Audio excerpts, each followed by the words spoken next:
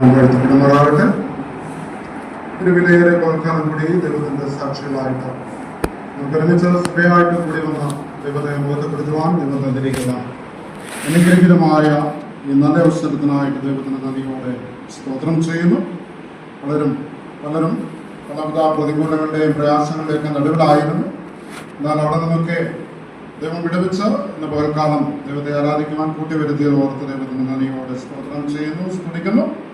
അല്പസമയത്തെ ചിന്തയ്ക്ക് ആധാരമായിട്ട് നമുക്ക് ഏവർക്കും സുപരിചിതമായ റോമാലേഖനം 12-ാം അധ്യായം അതിൻ്റെ 1-2 വാക്യങ്ങൾ പ്രാരംഭമായിട്ട് വായിക്കാം. 1 മുതൽ 21 വരെയുള്ള വാക്യങ്ങളാണ് ഇന്നത്തെ ചിന്തയ്ക്ക് ആധാരമായിരിക്കുന്നത്. എന്നാൽ വായിക്കുവാനുള്ള സമയം നമ്മുടെ മുൻപിൽ ഇല്ലാത്തത് കൊണ്ട് പ്രാരംഭമായിട്ട് 1-2 വാക്യങ്ങൾ വായിക്കുകയാണ്. ഞാൻ വായിക്കാം. പക്ഷെ ഒരു കാര്യം ആത്മീയം പറഞ്ഞുകൊള്ളട്ടെ. എൻ്റെ കണ്ണിന് തീരെ കാഴ്ച ഇല്ല. അതുകൊണ്ട് എന്തെങ്കിലും സംഭവിച്ചാൽ സദയം ക്ഷമിക്കാൻ. എൻ്റെ കണ്ണിൻ്റെ റെറ്റിനയ്ക്കകത്ത് ബ്ലീഡിങ്ങും നീരുമുണ്ട്. അതുകൊണ്ട് കാഴ്ച ശരിയല്ല. അതുകൊണ്ട് ദൈവത്തിൻ്റെ പ്രാർത്ഥന ആ കാര്യത്തിൽ ശ്രദ്ധിക്കുകയാണ്. ഇവിടെ 12-ാം അധ്യായം 1-ാം വാക്യം നമ്മിങ്ങനെ വായിക്കുന്നു. സഹോദരന്മാരെ, ഞാൻ ദൈവത്തിൻ്റെ മനസ്സിനെ ഓർപ്പിച്ച് നിങ്ങളെ പ്രബോധിപ്പിക്കുന്നത് നിങ്ങൾ ബുദ്ധിയുള്ള ആരാധനയായി നിങ്ങളുടെ ശരീരങ്ങളെ ജീവനും വിശുദ്ധിയും ദൈവത്തിന് പ്രസാദമുള്ള യാഗമായി സമർപ്പിക്കുന്നു. ഈ ലോകത്തിന് അനുരൂപരാകാതെ നന്മയും പ്രസാദവും പൂർണ്ണതയുമുള്ള ദൈവഗതമെന്ന് തിരിച്ചറിഞ്ഞ മനസ്സ് പുതുക്കി രൂപാന്തരപ്പെടുന്നു. കർത്താവിന്റെ പരിപരിശുദ്ധമായ നാമം വീണ്ടും വാഴ്ത്തപ്പെടുമാറാകട്ടെ. നിരവധി സന്ദേശങ്ങൾ ഈ വേദഭാഗത്ത് നിന്ന് നാം ശ്രദ്ധിച്ചിട്ടുണ്ട്. അതെനിക്കറിയാം. നാം എല്ലാവരും ദൈവത്തിന്റെ വചനം ശ്രദ്ധയോടെ പഠിക്കുന്നവരാണ്. അതുകൊണ്ട് തന്നെ ഈ വേദഭാഗം വായിച്ച് ധ്യാനിച്ചിട്ടുള്ളവരാണ്. ക്രിസ്തീയ ജീവിതത്തിന്റെ മാനിഫെസ്റ്റോ അഥവാ പ്രകടന പത്രികയാണ് റോമാലേഖനം എന്ന് വിളിക്കുന്നതിന് തെറ്റില്ല. കാരണം ഇത് ഈ ലേഖനം പൗലോസ് എഴുതുമ്പോൾ റോമാ സാമ്രാജ്യത്തിന് വിശ്വാസികൾ കൊടിയ പീഡനത്തിന് ഇരയായിക്കൊണ്ടിരിക്കുന്ന ഒരു കാലഘട്ടത്തിലാണ് പൗലോസ് ഇങ്ങനെ പ്രസ്താവിക്കുന്നത്. 1-ാം അധ്യായം അതിൻ്റെ 1-ാം വാക്യം പൗലോസ് പ്രസ്താവിക്കുന്ന സഹോദരന്മാരെ, ഞാൻ ദൈവത്തിന്റെ മനസ്സിനെ ഓർപ്പിച്ച് നിങ്ങളെ പ്രബോധിപ്പിക്കുന്നത് നിങ്ങൾ ബുദ്ധിയുടെ ആരാധനയായി നിങ്ങളുടെ ശരീരങ്ങളെ ജീവനും വിശുദ്ധിയും ദൈവത്തിന് പ്രസാദമുള്ള യാഗമായി സമർപ്പിക്കുവിൻ എന്ന് പൗലോസ് എഴുതുന്നത് കൊടിയ പീഡനം റോമാ സാമ്രാജ്യത്തിൽ നടക്കുന്ന കാലഘട്ടത്തിലാണ്. ആ കാലഘട്ടത്തിൽ തന്നെ പത്രോസും പറയുകയാണ്, ക്രിസ്ത്യാനിയായിട്ട് കക്ഷ സഹിക്കേണ്ടി വന്നാൽ എന്ത് ചെയ്യരുത്, ലജ്ജിക്കരുത്. ആ നാമം ധരിച്ച് ദൈവത്തെ മഹത്വപ്പെടുത്തുക എത്രേ വേണ്ടത് എന്ന പത്രോസും ജനത്തെ അല്ലെങ്കിൽ ക്രിസ്ത്യ വിശ്വാസികളെ ഉദ്ബോധിപ്പിക്കുന്നത് നമുക്ക് കാണുവാനായിട്ട് സാധിക്കുന്നു. ഇവിടെ നാം ഇങ്ങനെയാണ് വായിക്കുന്നത്, സഹോദരന്മാരെ, ഞാൻ ദൈവത്തിന്റെ മനസ്സിലിവ് ഓർപ്പിച്ച് നിങ്ങളെ പ്രബോധിപ്പിക്കുന്നു. എന്നാൽ നമ്മൾ ഇംഗ്ലീഷ് വേദപുസ്തകം വായിക്കുമ്പോൾ വ്യത്യാസമുണ്ട്. അതുകൊണ്ട് സഹോദരന്മാരെ എന്നാണ് ഇംഗ്ലീഷ് വേദപുസ്തകത്തിൽ എഴുതിയിരിക്കുന്നത്. അപ്പോൾ ഇവിടെ 3-ാമത്തെ പ്രാവശ്യമാണ് പൗലോസ് therefore എന്ന പ്രയോഗം ഇവിടെ ഉപയോഗിക്കുന്നത്. I beseech you therefore brethren എന്ന് ഇംഗ്ലീഷിൽ എഴുതിയിരിക്കുന്നു. അപ്പോൾ അതുകൊണ്ട് സഹോദരന്മാരെ നിങ്ങളുടെ ശരീരങ്ങളെ ജീവനും വിശുദ്ധിയും ദൈവത്തിന് പ്രസാദമുള്ള യാഗമായി സമർപ്പിക്കും. എന്തുകൊണ്ട്? ചോദ്യം. ഈ റോമാലേഖനത്തിന്റെ പ്രതിപാദ്യ വിഷയം വിശ്വാസത്താലുള്ള നീതീകരണം എന്നുള്ളതാണ്. അപ്പോൾ അതുകൊണ്ട് നിങ്ങളുടെ ശരീരങ്ങളെ ജീവനും വിശുദ്ധിയും ദൈവത്തിന് പ്രസാദവുമുള്ള യാഗമായി സമർപ്പിക്കണം. എന്തുകൊണ്ട്? അതിന്റെ ഉത്തരം കിട്ടണമെങ്കിൽ 8-ാം അധ്യായത്തിന്റെ 1-ാം വാക്യത്തിലേക്ക് നാം വരണം. 8-ാം അധ്യായത്തിന്റെ 1-ാം വാക്യത്തിൽ പൗലോസ് പറയുകയാണ്, അതുകൊണ്ട് ഇപ്പോൾ ക്രിസ്തുവേശുവിലുള്ളവർക്ക് ഒരു ശിക്ഷാവിധിയും ഇപ്പോൾ ക്രിസ്തുവേശുവിലുള്ളവർക്ക് ഒരു ശിക്ഷാവിധിയും ഇല്ലാത്തത് കൊണ്ട് നിങ്ങളുടെ ശരീരങ്ങളെ ജീവനും വിശുദ്ധിയും ദൈവത്തിന് പ്രസാദമുള്ള യാഗമായി സമർപ്പിക്കണം എന്ന് പൗലോസ് പറയുകയാണ്. ഇനി അതുകൊണ്ട് 8-ാം അധ്യായത്തിന്റെ 1-ാം വാക്യത്തിൽ നാം കാണുന്നു അതുകൊണ്ട്. എന്തുകൊണ്ട്? അതിന്റെ ഉത്തരം കിട്ടണമെങ്കിൽ 5-ാം അധ്യായം 1-ാം വാക്യത്തിലേക്ക് നാം വരണം. അവിടെ നമുക്ക് കാണുവാനായിട്ട് സാധിക്കുന്നത് 5-ാം അധ്യായത്തിന്റെ 1-ാം വാക്യം. വിശ്വാസത്താൽ നീതീകരിക്കപ്പെട്ടിട്ട് നമ്മുടെ കർത്താവായ യേശുക്രിസ്തു മുഖാന്തരം നമുക്ക് ദൈവത്തോട് സമാധാനം ഉണ്ട്. അപ്പോൾ വിശ്വാസത്താൽ നീതീകരിക്കപ്പെട്ടതുകൊണ്ട് ഇപ്പോൾ ക്രിസ്തുവേശുള്ളവർക്ക് ഒരു ശിക്ഷാവിധിയും ഇല്ല. അതുകൊണ്ട് നാം നമ്മുടെ ശരീരങ്ങളെ ജീവനും വിശുദ്ധിയും ദൈവത്തിന് പ്രസാദമുള്ള യാഗമായി സമർപ്പിക്കണം. ഇനി വിശ്വാസത്താൽ നീതീകരിക്കപ്പെട്ടതുകൊണ്ട് എന്തുകൊണ്ടാണ് വിശ്വാസത്താൽ നീതീകരിക്കപ്പെട്ടിരിക്കുന്നത് അത് അറിയണമെങ്കിൽ 3-ാം അധ്യായത്തിന്റെ 20-ാം വാക്യത്തിലേക്ക് നാം വരുമ്പോൾ അവിടെ നാം ഇങ്ങനെ വായിക്കുന്നു. അതുകൊണ്ട് ന്യായപ്രമാണത്തിന്റെ പ്രവൃത്തിയാൽ ഒരു ജഡവും അവന്റെ സന്നിധിയിൽ നീതീകരിക്കപ്പെടുന്നില്ല. അപ്പോൾ ന്യായപ്രമാണത്തിന്റെ പ്രവൃത്തികളാൽ ഒരു ജഡവും ദൈവത്തിന്റെ സന്നിധിയിൽ നീതീകരിക്കപ്പെടാത്തത് കൊണ്ട് വിശ്വാസത്താൽ നീതീകരിക്കപ്പെട്ടിട്ട് നമുക്ക് യേശുക്രിസ്തു മൂലം പിതാവായ ദൈവത്തോട് സമാധാനമുണ്ട്. അതുകൊണ്ട് ഇപ്പോൾ ക്രിസ്തുവേശുള്ളവർക്ക് ഒരു ശിക്ഷാവിധിയുമില്ല. അതുകൊണ്ട് നിങ്ങളുടെ ശരീരങ്ങളെ നിങ്ങൾ ജീവനും വിശുദ്ധിയും ദൈവത്തിന് പ്രസാദവുമുള്ള യാഗമായി സമർപ്പിക്കണം. ഇനി 3-ാം അധ്യായത്തിലേക്ക് നാം വരുമ്പോൾ അവിടെ നാം ഇങ്ങനെ 12-ാം വാക്യത്തിൽ വായിക്കുന്നുണ്ട്, നീതിമാൻ ആരുമില്ല, ഒരുത്തൻ പോലും ഇല്ല എന്ന് പറയുന്നു. നീതിമാൻ ആരുമില്ല, ഒരുത്തൻ പോലുമില്ല. അതുകൊണ്ട് ന്യായപ്രമാണത്തിന്റെ പ്രവൃത്തികളാൽ ഒരു ജഡവും ദൈവസന്നിധിയിൽ നീതീകരിക്കപ്പെടുന്നില്ല. എന്നാൽ ക്രിസ്തുവേശുവിലുള്ള വിശ്വാസത്താൽ നാം ഇപ്പോൾ നീതീകരിക്കപ്പെട്ടിരിക്കുന്നു. അതുകൊണ്ട് ക്രിസ്തുവിലുള്ളവർക്ക് ഒരു ശിക്ഷാവിധിയുമില്ല. അതുകൊണ്ട് നിങ്ങൾ നിങ്ങളുടെ ശരീരങ്ങളെ ജീവനും വിശുദ്ധിയും ദൈവത്തിന് പ്രസാദവുമുള്ള യാഗമായി സമർപ്പിക്കും. അപ്പോൾ അതാണ് ഈ 12-ാം അധ്യായം 1-ാം അധ്യായത്തിന്റെ 1-ാം വാക്യം 1-2 വാക്യത്തിന്റെ ബാക്ക്ഗ്രൗണ്ട് അഥവാ പശ്ചാത്തലം എന്ന് പറയുന്നത്. നാം ഈ വേദഭാഗം പഠിക്കുമ്പോൾ വിശ്വാസത്താലുള്ള നീതീകരണം എന്ന വിഷയത്തെക്കുറിച്ച് പ്രസംഗിച്ച അനന്തരം അതിൻ്റെ പരിണിത ഫലങ്ങൾ അല്ലെങ്കിൽ അതിൻ്റെ ഉപദേശ പ്രായോഗിക തലങ്ങളിലേക്ക് പൗലോസ് കടക്കുകയാണ് ചെയ്യുന്നത്. അത് ഈ വിശ്വാസത്താൽ നീതീകരിക്കപ്പെട്ടതുകൊണ്ട് ഒരു ക്രിസ്ത്യാനിക്ക് എന്തെല്ലാം ഉത്തരവാദിത്തങ്ങളുണ്ട് എന്നാണ് 12-ാം അധ്യായത്തിന്റെ 3 മുതലുള്ള അതിന്റെ 21 വരെയുള്ള വാക്യങ്ങളിൽ നമുക്ക് വായിക്കുവാനായിട്ടിടയായിരിക്കുന്നത്. സമയം അതിന് മുമ്പിൽ വളരെ ചുരുക്കമായതുകൊണ്ട് അത് വിവരിക്കുവാനായിട്ട് ഒരുപക്ഷെ എൻ്റെ മുൻപിൽ സമയമില്ല. പോയിന്റുകൾ പറഞ്ഞ് ഞാൻ അവസാനിപ്പിക്കുന്നതായിരിക്കും. ദൈവജനം ശ്രദ്ധയോടുകൂടി ഇരിക്കണമേ എന്ന് ഓർമ്മിപ്പിക്കുകയാണ്. ഒന്നുകൂടി ഞാൻ ആവർത്തിക്കുകയാണ്. നീതിമാൻ ഒരുത്തൻ പോലുമില്ല, എല്ലാവരും പാപം ചെയ്ത് ദൈവദേശം നഷ്ടപ്പെടുത്തിയിരിക്കുന്നു എന്ന് നമുക്ക് 3-ാം അധ്യായത്തിൽ കാണുവാൻ സാധിക്കുന്നു. അതുകൊണ്ട് പാപത്തിന്റെ ഫലം മരണമാണ് എന്ന് നമുക്ക് കാണുവാൻ സാധിക്കുന്നു. അതുകൊണ്ട് ന്യായപ്രമാണത്തിന്റെ പ്രവൃത്തികളാൽ ഒരു ജഡവും ദൈവത്തിന്റെ സന്നിധിയിൽ നീതീകരിക്കപ്പെടുന്നില്ല. എന്നാൽ വിശ്വാസത്താൽ നീതീകരിക്കപ്പെട്ടിട്ട് നമുക്ക് യേശുക്രിസ്തു മൂലം പിതാവായ ദൈവത്തോട് സമാധാനമുണ്ട് എന്ന് നമുക്കിവിടെ കാണുവാൻ സാധിക്കുന്നു. അതുകൊണ്ട് ഇപ്പോൾ വിശ്വാസത്താൽ നീതീകരിക്കപ്പെട്ടതുകൊണ്ട് ഇപ്പോൾ ക്രിസ്തുവേശുള്ളവർക്ക് ഒരു ശിക്ഷാവിധിയുമില്ല. ഇപ്പോൾ ക്രിസ്തുവേശുള്ളവർക്ക് ഒരു ശിക്ഷാവിധിയും ഇല്ലാത്തത് കൊണ്ട് നിങ്ങളുടെ ശരീരങ്ങളെ നിങ്ങൾ ജീവനും വിശുദ്ധിയും ദൈവത്തിന് പ്രസാദവും യാഗമായി സമർപ്പിക്കണം എന്ന പൗലോസ് ഇവിടെ ഓർമ്മിപ്പിക്കുകയാണ്. ക്രിസ്തീയ ജീവിതം സമർപ്പിക്കപ്പെട്ട ജീവിതമാണ് എന്ന് നമുക്ക് കാണുവാനായിട്ട് സാധിക്കുകയാണ്. ദൈവത്തിന് പ്രസാദമുള്ള യാഗമായിട്ട് സമർപ്പിക്കപ്പെട്ടതാണ് നമ്മുടെ ഓരോരുത്തരുടെയും ജീവിതം. ഇനിയും നവദീനം ദൈവത്തെ സേവിക്കുവാൻ ഇഷ്ടപ്പെടുന്നവരൊക്കെയും തങ്ങളുടെ ജീവിതത്തെ ദൈവത്തിന് സമർപ്പിക്കണം. ഇനിയും പഴയ നിയമ യാഗങ്ങൾ ദൈവത്തിന് പ്രസാദകരമാകണമെങ്കിൽ ഒന്നാമതായിട്ട് അത് ഊനമില്ലാത്തതായിരിക്കണം. വിത്തൗട്ട് ബ്ലെയിം എന്നാണ് നമുക്ക് കാണുവാനായിട്ട് സാധിക്കും. അപ്പോൾ ഒരു യാഗം അർപ്പിക്കുമ്പോൾ അത് ഊനമില്ലാത്തതായിരിക്കണം. എങ്കിൽ മാത്രമേ ദൈവമായ യാഗത്തിൽ പ്രസാദിക്കുകയുള്ളൂ എന്ന് നമുക്ക് കാണുവാനായിട്ട് സാധിക്കുന്നുണ്ട്. നമുക്കറിയാം കായിനും ആബേലും ഒക്കെ യാഗം അർപ്പിച്ചു. അങ്ങോട്ടൊന്നും ഞാൻ പോകുന്നില്ല സമയത്തിന്റെ അപര്യാപ്തത നിമിത്തം. ഇനി അർപ്പിക്കപ്പെട്ട് കഴിഞ്ഞാൽ അർപ്പകനായ യാഗത്തിന്റെ മേൽ യാതൊരു അവകാശവും. അതാണ് പഴയ നിയമ യാഗത്തിന്റെ രണ്ടാമത്തെ പ്രത്യേകത. ഒന്നാമത് ഊനമില്ലാത്തത് ആയിരിക്കണം. രണ്ടാമത് അർപ്പിച്ചു കഴിഞ്ഞാൽ അതിന്റെ മേൽ അർപ്പകന് അർപ്പിക്കുന്ന വ്യക്തിക്ക് യാതൊരു അവകാശവും ഇല്ല. മൂന്നാമതായിട്ട് ചില യാഗങ്ങള് സമ്പൂർണമായിട്ട് ദഹിപ്പിക്കപ്പെടണമായിരുന്നു എന്ന എന്ന് നമുക്ക് കാണുവാനായിട്ട് സാധിക്കും. മൂന്നുമാണ് പഴയ നിയമ യാഗങ്ങളുടെ പ്രത്യേകത നമുക്ക് കാണുവാനായിട്ട് സാധിക്കുന്നത്.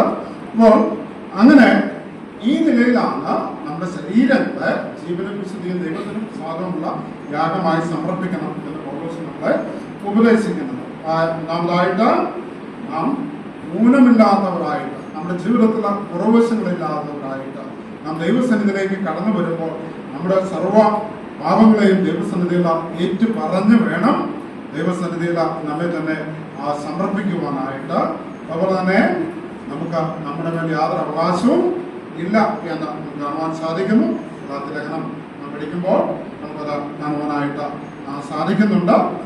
അതുപോലെ തന്നെ നമുക്ക് നമ്മെ തന്നെ സമ്പൂർണമായിട്ട് ദൈവകരങ്ങളിൽ സമർപ്പിക്കേണ്ടത് ആവശ്യമാണ് എന്ന് നമുക്ക് കാണുവാനായിട്ട് സാധിക്കണം. അങ്ങനെ ദൈവത്തിന് വേണ്ടി വേർതിരിയണം എന്നാണ് ഇവിടെ നമുക്ക് കാണുവാനായിട്ട് സാധിക്കും. അപ്പോൾ ഇവിടെ ഈ വേർപാട് നമ്മളൊക്കെ എന്താണ് വേർപാട് വിശ്വാസികളാണ് അല്ലേ? അപ്പം വേർപാടിന് രണ്ട് തരം.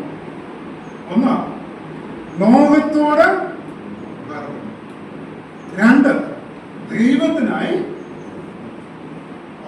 നമ്മളെല്ലാവരും ലോകത്തോട് വേർപെട്ടവരാണ്, പക്ഷെ ദൈവത്തിനായിട്ട് വേർതിരിഞ്ഞിട്ടുണ്ടോ എന്നുള്ളത് നമ്മൾ ഓരോരുത്തരും പരിശോധിക്കേണ്ടതാണ്. ഞാനും നിങ്ങളും എല്ലാം പരിശോധിക്കേണ്ടതാണ്. നമ്മുടെ ജീവിതങ്ങളെ ദൈവത്തിന് വേണ്ടി സമർപ്പിച്ചിട്ടുണ്ടോ എന്ന ജീവനും വിശുദ്ധിയുമുള്ള യാഗമായിട്ട് ഞാൻ എന്നെ തന്നെ സമർപ്പിച്ചിട്ടുണ്ടോ എന്ന് ഞാൻ പരിശോധിക്കേണ്ടതാണ്. എൻ്റെ ജീവിതത്തെ ഞാൻ വിലയിരുത്തേണ്ടതാണ്. അതുപോലെ തന്നെ നിങ്ങളും നിങ്ങളുടെ ജീവിതത്തെ വിലയിരുത്തേണ്ടതാണ്. നാം പലപ്പോഴും ലോകത്തോടുള്ളൊരു വേർപാട് എപ്പോഴും സൂക്ഷിക്കുന്നവർ, പക്ഷേ ദൈവത്തിന് വേണ്ടി ഊനമില്ലാത്ത ഒരവസ്ഥയിലേക്ക് നമ്മെ തന്നെ കൊണ്ടുവന്നിട്ടുണ്ടോ എന്ന് ഒന്ന് പരിശോധിക്കേണ്ടി ഇരിക്കുന്നു എന്ന് നമുക്കിവിടെ നിന്ന് കാണുവാനായിട്ട് സാധിക്കുന്നു. അതുകൊണ്ട് ലോകത്തിൽ നിന്ന് വേർതിരിഞ്ഞിട്ട് ദൈവത്തിനായിട്ട് അതാണ് നാം ചെയ്യേണ്ടത്. ഇനിയും രണ്ടാമതായിട്ട് ക്രിസ്ത്യ ജീവിതം രൂപാന്തരപ്പെട്ട ജീവിതമാണ്. എന്ന് വെച്ചാൽ ഈ ലോകത്തിന് അനുരൂപരാകരുത് എന്നാണ് പൗലോസ് പറയുന്നത്. അതായത് ഈ ലോകം അതിന്റെ മൂശയിലേക്ക്, മൂശ എന്ന് പറഞ്ഞാൽ അച്ഛൻ, അതിന്റെ അച്ഛനിലേക്ക് നമ്മളെ ബലമായി തിരികെ കയറ്റുവാൻ നാം നിന്ന് കൊടുക്കണം. അതല്ലെങ്കിൽ ഈ ലോകത്തിന്റെ താല്പര്യങ്ങൾക്കനുസരിച്ച് അത് നമ്മെ രൂപപ്പെടുത്തുവാൻ നാം രേഷ്ഠം നിന്ന് കൊടുക്കരുത് എന്നാണ് അതിന്റെ അർത്ഥം. നാം രൂപാന്തരപ്പെട്ടവരാണ്.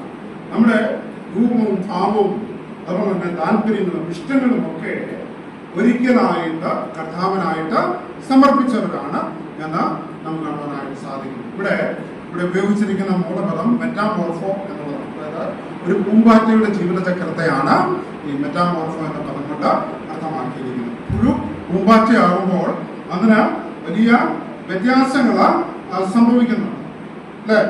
ഒരു പൂമ്പാറ്റയാകുമ്പോൾ അതിന്റെ രൂപം, ഭാവം, താല്പര്യങ്ങള്, ഭക്ഷണ രീതികള് ഇതെല്ലാം മാറ്റം വരുന്നുണ്ട്. അതുപോലെ നാം ദൈവസന്നിധിയിൽ നമ്മെ തന്നെ സമർപ്പിച്ചു കഴിഞ്ഞാൽ, ജീവനുള്ള യാഗമായിട്ട് സമർപ്പിച്ചു കഴിഞ്ഞാൽ പിന്നെ ഈ ലോകത്തിന് അനുരൂപരാകരുത് എന്നാണ് ഇവിടെ പൗലോസ് നമ്മെ ഓർമ്മിപ്പിക്കുന്നത്. നമ്മുടെ താല്പര്യങ്ങൾക്ക് മാറ്റം വരണം.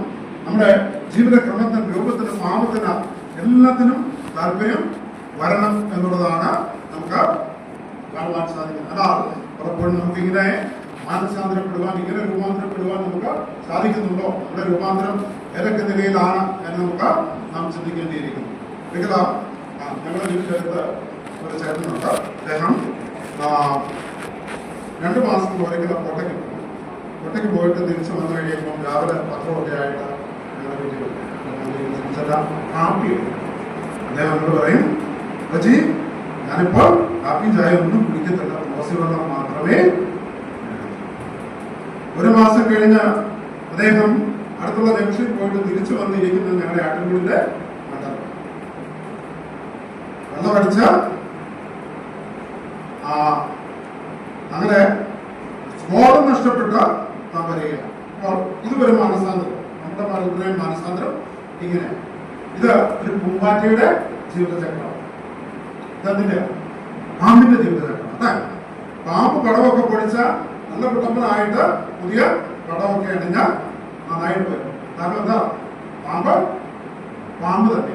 മാനസാന്തരം രണ്ടു തരത്തിലുണ്ട്. പാമ്പിന്റെ മാനസാന്തരമുണ്ട്, അതുപോലെ തന്നെ അല്ലെങ്കിൽ പാമ്പിന്റെ ജീവിതചക്രവും ഉണ്ട്, പൂമ്പാറ്റയുടെ ജീവിതചക്രവും.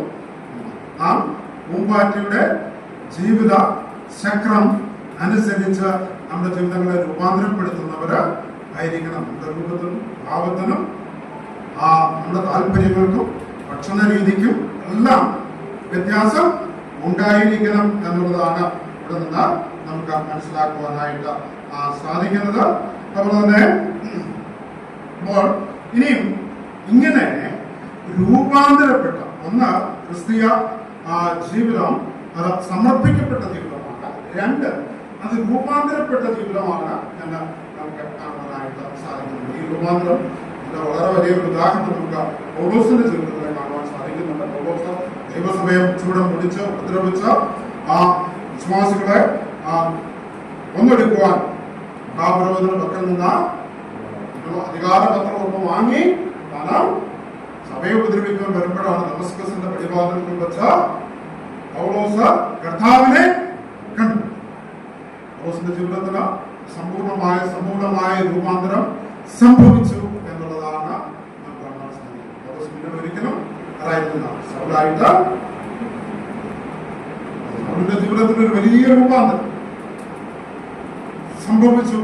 തന്റെ താല്പര്യങ്ങൾ മാറി, തന്റെ ആഗ്രഹം മാറി, താൻ ദൈവത്തെ സേവിക്കുന്നവരായി തീർന്നു. അതുപോലെ തന്നെ ദൈവജനത്തെ സേവിക്കുവാൻ പൗലോസ് തന്നെ സമർപ്പിക്കുന്നത് നമുക്ക് കാണുവാനായിട്ട് സാധിക്കുന്നുണ്ട്.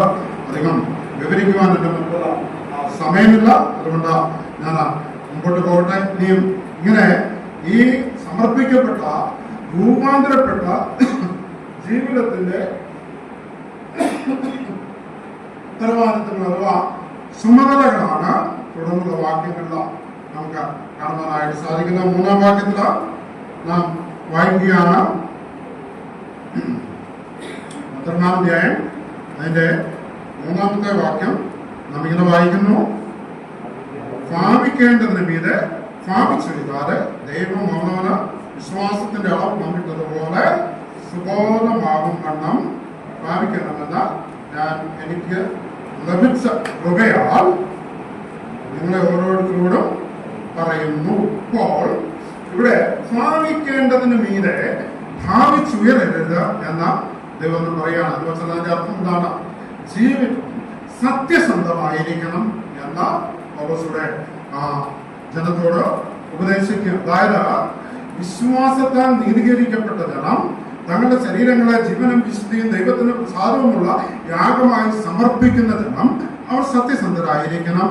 അവർ ഭാവിക്കേണ്ടതിന് മീതെ ഭാവിച്ച് ഉയരരുത് എന്ന് ഇവിടെ നമുക്ക് കാണുവാനായിട്ട് സാധിക്കുന്നു. പലപ്പോഴും നാം ആരായിരിക്കുന്നു എന്ന് നമുക്ക് അറിയണമെങ്കിൽ ഒന്ന് നമ്മുടെ അഭിമാനത്തെ ചോദ്യം ചെയ്യുകയോ അല്ലെങ്കിൽ നമുക്ക് സഹിക്കുവാൻ കഴിയുന്നതിന് മീതെ നമുക്ക് പരീക്ഷകൾ നേരിടുകയൊക്കെ ചെയ്യുമ്പോഴാണ് നാം ആരാണ് എന്ന് നമുക്ക് മനസ്സിലാകുന്നത്. അപ്പോൾ ഭാവിക്കേണ്ടതിന് മീതെ ഭാവിച്ചുയരരുത് എന്ന് നമുക്കിവിടെ കാണുവാൻ സാധിക്കുന്നു. നമ്മുടെ ജീവിതം സത്യസന്ധമായിരിക്കണം. നാം ആയിരിക്കുന്നത് പോലെ ലോകത്തിൽ നമ്മെ തന്നെ വെളിപ്പെടുത്തണം എന്നാണ് അതിന്റെ അർത്ഥം. ഇനി അപ്പോസ്തല പ്രവർത്തനങ്ങളുടെ പുസ്തകം 19-ാം അധ്യായം പഠിക്കുമ്പോൾ വായിക്കുവാൻ നേരമില്ല. അവിടെ അതിന്റെ 11 മുതൽ 17 വരെയുള്ള വാക്യങ്ങളുള്ള പുരോഹിതന്റെ മക്കളെ കുറിച്ച് കാണുന്നുണ്ട്. പൗലോസ് ശുശ്രൂഷിക്കുകയും പൗലോസിന്റെ ശരീരത്തിൽ എടുത്ത ഉത്തരീയങ്ങൾ എടുത്ത രോഗികളുടെ മേലിട്ടപ്പോൾ അവർക്ക് സൗഖ്യം വരികയും അവരിൽ നിന്ന് ദുരാത്മാക്കൾ പുറപ്പെട്ടു പോവുകയും ചെയ്യുന്നത് കാണുമ്പോൾ പുരോഹിതൻ എന്ന യഹൂദന്റെ മന്ത്രവാദികളായ മക്കള് അവര് ദുരാത്മാവിന്റെ അടുക്കൽ ചെന്നിട്ട് ദുരാത്മാവിനെ പുറത്താക്കുവാൻ ശ്രമിച്ചു. നമുക്ക് കാണുവാൻ സാധിക്കുന്ന ദുരാത്മാവ് അവരോട് പറയുന്നത്, യേശുവിനെ ഞാൻ അറിയുന്നു, പൗലോസിനെ ഞാൻ അറിയുന്നു, പക്ഷെ നിങ്ങളെ ഞാൻ അറിയുന്നില്ല എന്ന് പറഞ്ഞ ദുരാത്മാവ് അവരെ കീഴ്പ്പെടുത്തി അവരെ മുറിവേൽപ്പിച്ച് നഗ്നരായിട്ട് ഓടിപ്പോയി എന്ന് നമുക്ക് കാണുന്നതായിട്ട് സാധിക്കും. പ്രിയമുള്ളവരെ, ഭാവിക്കേണ്ടതിന് മീതെ ഭാവിച്ചുയരരുത് എന്ന് ഇവിടെ പൗലോസ് നമ്മെ ഓർമ്മിപ്പിക്കുകയാണ്. അതുകൊണ്ട് നമ്മുടെ ജീവിതം സത്യസന്ധമാണ്. ഞാൻ നിങ്ങളും ദൈവത്താൽ വിളിക്കപ്പെട്ടവര്, ദൈവത്താൽ തെരഞ്ഞെടുക്കപ്പെട്ടവര്, ദൈവത്തിന് വേണ്ടി വേർതിരിക്കപ്പെട്ടവര്, അങ്ങനെയുള്ള നാം നമ്മെ തന്നെ സത്യസന്ധതയുള്ളവരായിട്ട് കരുതേണ്ടിയിരിക്കുന്നു. അങ്ങനെ ലോകത്തിന്റെ മുൻപാകെ നാം അവതരിപ്പിക്കപ്പെടേണ്ടിയിരിക്കുന്നു. അടുത്തതായിട്ട് നാം വായിക്കുന്നത് നമ്മുടെ ജീവിതം നിർമ്മലമായിരിക്കണം. 9-ാമത്തെ വാക്യത്തില് നാം ഇതിൽ വായിക്കുന്നു, സ്നേഹം നിർവ്യാജമായിരിക്കട്ടെ. 8-ാമത്തെ വാക്യം കൂടി വായിക്കാം.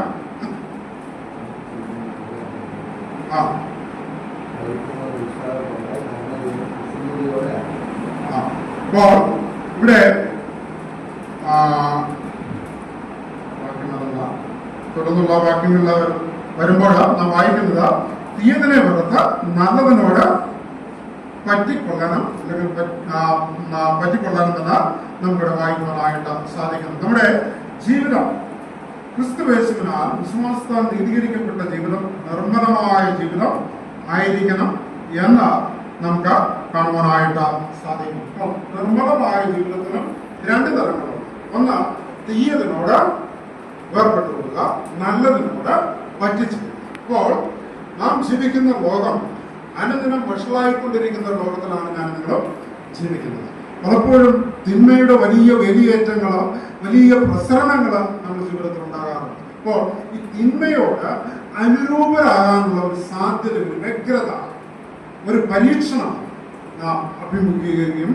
അപ്പോൾ അതിനോട് വേർപെടുകയും, തിന്മയോട് വേർപെടുകയും നന്മയോട്, നല്ലതിനോട് പറ്റിച്ചേരുകയും ചെയ്യണം എന്ന് നമുക്ക് കാണുവാൻ സാധിക്കും. അതാണ് നിർമ്മലമായ ജീവിതത്തിന്റെ പ്രത്യേകത. ഞാൻ ഒരിക്കലും നിങ്ങളോട് പറഞ്ഞു, സിൻസിയർ എന്ന പദം അല്ലെങ്കിൽ കുറച്ച് പറയുന്നു നമ്മുടെ ജീവിതം നിർമ്മലമായിരിക്കണം എന്നുള്ളത്. അപ്പോൾ ഒട്ടും മെഴുകില്ലാത്തവരായിട്ട് നാം ആയിരിക്കണമെന്ന് ഒരിക്കലും നിങ്ങളോട് പറയുകയുണ്ടായി. അത് തന്നെയാണ് ഇവിടെയും അർത്ഥമാക്കിയിരിക്കുന്നത്. ജീവിതം എന്തായിരിക്കണം? നിർമ്മലമായിരിക്കണം എന്ന് നമുക്ക് കാണുവാൻ സാധിക്കുന്നു. ഒന്നുകിൽ നാം നല്ലതിനെ പിൻപറ്റുക, അല്ലെങ്കിൽ തിന്മയോട് ചേർന്ന്, രണ്ടും കൂടി ഒരുമിച്ച് കൊണ്ടുപോകുന്ന അനുഭവം പലപ്പോഴും നമ്മുടെ ഒക്കെ ജീവിതത്തിലുണ്ട്. ഇല്ല എന്ന് ആരും പറയേണ്ട. ഞാൻ നിങ്ങളും ഉൾപ്പെടുന്ന നമ്മുടെ ജീവിതം നന്മയോടും തിന്മയും ഒക്കെ സമ്മിശ്രമായ ഒരു ജീവിതം പലപ്പോഴും നാം നയിക്കാറുണ്ട്. എന്നാൽ ദൈവത്തിന്റെ വചനം നമ്മെ ഓർമ്മിപ്പിക്കുന്നത് തിന്മയോട് വേർപെട്ടുകൊള്ളുക, നന്മയോട് പറ്റിച്ചേർന്ന് കൊള്ളണം എന്ന് നമുക്ക് കാണുവാൻ സാധിക്കുന്നു. ഒന്നാമതായിട്ട് ഇതാ സ്നേഹത്തിന്റെ ജീവിതമാണ് എന്ന് നമുക്കിവിടെ കാണുവാനായിട്ട് സാധിക്കുന്നു. 9-ാം വാക്യത്തിൽ നാം അതാണ് വായിച്ചത്. സ്നേഹം നിർവ്യാജമായിരിക്കട്ടെ എന്ന് നാം ഇവിടെ വായിക്കുന്നു. വിവരിക്കുന്നില്ല, സമയമില്ല. അതുകൊണ്ട് 1, സത്യസന്ധമായ ജീവിതം; 2, നിർമ്മലമായ ജീവിതം; 3, സ്നേഹത്തിന്റെ ജീവിതം. നിങ്ങൾ തമ്മിൽ സ്നേഹിക്കണം എന്ന കർത്താവിന്റെ കൽപ്പന യോഹന്നാന്റെ സുവിശേഷത്തിൽ നാം വായിക്കുന്നുണ്ട്. നമ്മുടെ ജീവിതം ദൈവത്തിനാൽ അല്ലെങ്കിൽ വിശ്വാസത്താൽ നീതീകരിക്കപ്പെട്ടതാണ്. അതുകൊണ്ട് സത്യസന്ധമായ ജീവിതമായിരിക്കണം, നിർമ്മലമായ ജീവിതമായിരിക്കണം, സ്നേഹത്തിന്റെ ജീവിതമായിരിക്കണം. 4-ാമതായിട്ട് അത് ഉത്സാഹമുള്ള ജീവിതമായിരിക്കണം എന്ന് 11-ാം വാക്യത്തിൽ നാം വായിക്കുന്നു. 11-ാം വാക്യത്തിൽ ഇങ്ങനെ വായിക്കുന്നു: ഉത്സാഹത്തിൽ മടുപ്പില്ലാതെ ആത്മാവിൽ എരിവുള്ളവരായി കർത്താവിനെ സ്നേഹിക്കണം. അപ്പോൾ നാം എന്തായിരിക്കണം? ഉത്സാഹമുള്ളവരായിരിക്കണം. കർത്താവിനെ സ്നേഹിക്കുന്നതിന്, കർത്താവിനോട് പ്രാർത്ഥിക്കുന്നതിന്, കർത്താവിനെ അനുഗമിക്കുന്നതിന്, കർത്താവിന് കൊടുക്കുന്നതിന് ഒക്കെ നാം എന്തായിരിക്കണം? ഉത്സാഹമുള്ളവരായിരിക്കണം. മറ്റൊരു പദം അവിടെ ഉപയോഗിച്ചിരിക്കുന്നത് എരിവുള്ളവര് ആയിരിക്കണം എന്നാണ് കാണുവാനായിട്ട് സാധിക്കുകയാണ്. ഇവിടെയുള്ളവരെ നാം ജീവിക്കുന്നത് കർത്താവിന്റെ വരവിനോട് ഏറ്റവും അടുത്ത ഒരു കാലഘട്ടത്തിൽ നാം ജീവിക്കുകയാണ്. കാഹളം കേൾപ്പാറായി. ഈ കൂടാരത്തിന്റെ കുറ്റിയും കുളത്തും ഒക്കെ അറുത്ത് നാം പറന്നു പോകുവാനുള്ള സമയം അടുത്തിരിക്കുകയാണ്. പ്രിയമുള്ളവരെ, ചെയ്യുന്നതൊക്കെയും ഉത്സാഹത്തോടെ, മടുപ്പില്ലാതെ, എരിവുള്ളവരായിട്ട് ചെയ്യുവാൻ ദൈവത്തിന്റെ പരിശുദ്ധാത്മാവ് നമ്മെ സഹായിക്കട്ടെ. അതുപോലെ തന്നെ അടുത്തതായിട്ട് പൗലോസ് പറയുകയാണ്, നമ്മുടെ ജീവിതം ശുഭാപ്തി വിശ്വാസമുള്ള ജീവിതം ആയിരിക്കണം എന്ന് നമുക്ക് ഇവിടെ കാണുവാനായിട്ട് സാധിക്കുന്നു. ആശയിൽ സന്തോഷിക്കുകയും ഇവിടെ പൗലോസ് പറയുന്നത് ആശയിൽ സന്തോഷിപ്പിൽ എന്ന പൗലോസ് പറയാണ്. താങ്കളെ വായിക്കുന്നതിനായിട്ടുള്ള സമയമില്ല. അതുകൊണ്ട് ശുഭാപ്തി വിശ്വാസം ഉള്ളവരായിരിക്കണം. കഷ്ടതയുടെ നടുവില് നാം ഉറച്ച് നിൽക്കണം. അത് നാം ആ കഷ്ടത നമ്മെ വിട്ട് കടന്നു പോകുമ്പോഴും ധൈര്യത്തോടെ ഉറച്ചു നിൽക്കുവാനായിട്ട് എനിക്ക് നിങ്ങൾക്കും കഴിയണം. ഞാൻ നിങ്ങളോട് പറഞ്ഞിട്ടുണ്ട് കഷ്ടതയെ കുറിച്ച് വളരെ വ്യക്തമായിട്ട് ഞാൻ ഒരു പ്രാവശ്യം നിങ്ങളോട് സംസാരിക്കുകയുണ്ടായി. കഷ്ടതയുടെ നടുവിൽ നമ്മുടെ മനോഭാവം എന്തായിരിക്കണം? ആ കഷ്ടത വരുമ്പോൾ നാം എങ്ങനെയായിരിക്കണം? നമ്മൾ ഏലിയാവിന്റെ ജീവിതത്തിൽ നിന്ന് കണ്ടു. എന്താണ്? ദൈവം മതിയോ ഒക്കെ ഞാൻ എന്റെ പിതാക്കന്മാരെക്കാൾ ഒട്ടും നല്ലവനല്ല എന്ന് ഏലിയാവ് പറയുന്നത് നമുക്ക് കണ്ടു. ഇപ്പോൾ മതി, നീയുമായിട്ടുള്ള എല്ലാ ബന്ധങ്ങളും ഇവിടെ അവസാനിപ്പിക്കും. അവനായി വരുന്നതിന്റെ പറയുന്നതാ അല്ലേ? അനപ്രവാചകനും പറയുന്നത് കേട്ടു, മതി ഗോവേ, നീ പറയുന്ന പോലെ ചെയ്യുന്നവനല്ല, അതുകൊണ്ട് ഇപ്പോൾ മതി എന്ന യോനാപ്രവാചകൻ പറയുന്നത് നമുക്ക് കേൾക്കുവാൻ ഇടയായി തീർന്നു. അപ്പോൾ അവിടെ ശുഭാപ്തി വിശ്വാസം നഷ്ടപ്പെടുന്ന പൗലോസിനെ സംബന്ധിച്ച് പൗലോസ് അപ്പോസ്തലപ്രവർത്തന പുസ്തകം 26-ാം അധ്യായത്തിലേക്ക് നാം കടന്നു വരുമ്പോൾ റോമിലേക്കുള്ള യാത്രയിലും അതുപോലെ തന്നെ കാരാഗ്രഹത്തിലും ഈ ശുഭാപ്തി വിശ്വാസം നഷ്ടപ്പെടാതെ പൗലോസ് നിൽക്കുന്നത് നമുക്ക് കാണാൻ സാധിക്കുന്നുണ്ട്.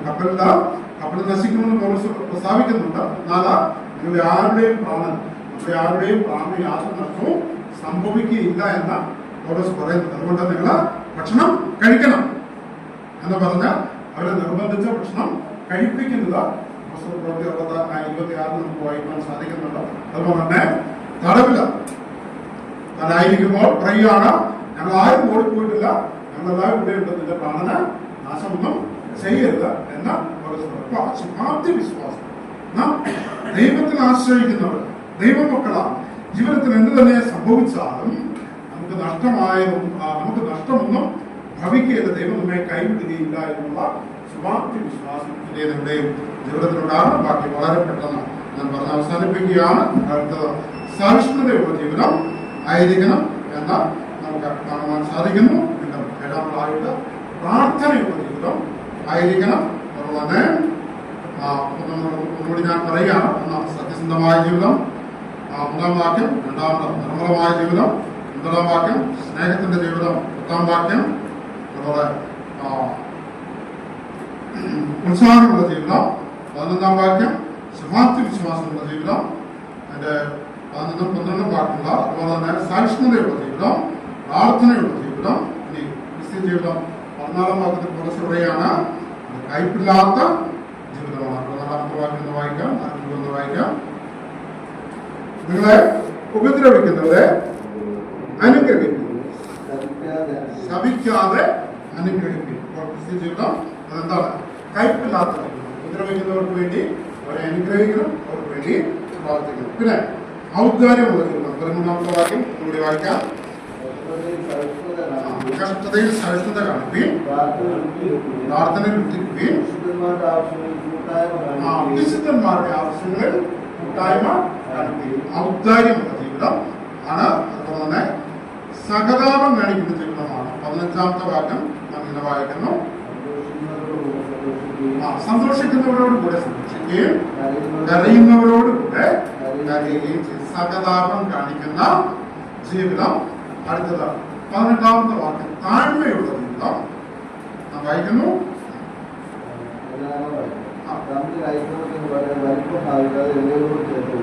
ഇവരോട് ചേർന്ന് കൂടി താഴ്മയുള്ള ജീവിതം. അതുപോലെ തന്നെ അടുത്തത് സൗമ്യതയുള്ള ജീവിതം. ഇതിന്റെ 19-ാമത്തെ വാക്യം ഇങ്ങനെ വായിക്കുന്നു, എന്നവരെ നിങ്ങൾ തന്നെ പ്രതികാരം ചെയ്യാതെ ദൈവകോപത്തിന് ഇടം കൊടുക്കുകയും പ്രതികാരം എനിക്കുള്ളത് ഞാൻ പകരം ചെയ്യും എന്ന കർത്താവ് അരുളി ചെയ്യുന്നു. എന്നാൽ നിന്റെ ശത്രുവിന് വിശക്കുന്നുണ്ടെങ്കിൽ അവന് തിന്നാൻ കൊടുക്കുക, ദാഹിക്കുന്നുണ്ടെങ്കിൽ കുടിപ്പാൻ കൊടുക്കുക. അങ്ങനെ ചെയ്താൽ നീ അവന്റെ തലമേൽ കനൽ. ഇപ്പോൾ സൗമ്യതയുള്ള ജീവിതം, ക്രിസ്ത്യൻ ജീവിതത്തിന്റെ പ്രത്യേകതകൾ നമുക്കിവിടെ കാണുവാൻ സാധിക്കുന്നുണ്ട്. കൈപ്പില്ലാത്ത ജീവിതമാണ്, ഉദ്ധാരം കാണിക്കുന്ന ജീവിതമാണ്, സഹതാപം കാണിക്കുന്ന ജീവിതമാണ്, താഴ്മയുള്ള ജീവിതമാണ്. അതുപോലെ തന്നെ അത് അത് സൗമ്യതയുള്ള ജീവിതമാണ് എന്ന് പൗലോസ് നമ്മെ ഓർമ്മിപ്പിക്കുന്നു. പ്രിയമുള്ളവരെ, നാം വിശ്വാസത്താൽ നീതീകരിക്കപ്പെട്ട കർത്താവായ അതുകൊണ്ട് ക്രിസ്തുവേശുള്ളവർക്ക് ഇപ്പോൾ യാതൊരു ശിക്ഷാവിധിയും ഇല്ലാത്തതുകൊണ്ട് നമ്മുടെ ശരീരത്തെ ജീവനും വിശുദ്ധിയും ദൈവത്തിന് പ്രസാദമുള്ള യാഗമായി സമർപ്പിക്കണം. അങ്ങനെ സമർപ്പിക്കപ്പെടുന്ന ജീവിതത്തിന്റെ ഉത്തരവാദിത്തങ്ങളും ചുമതലകളുമാണ് കേൾക്കാൻ ഇടയായി തീരുന്നത്. ഈ പത്രങ്ങളാണ് ദൈവം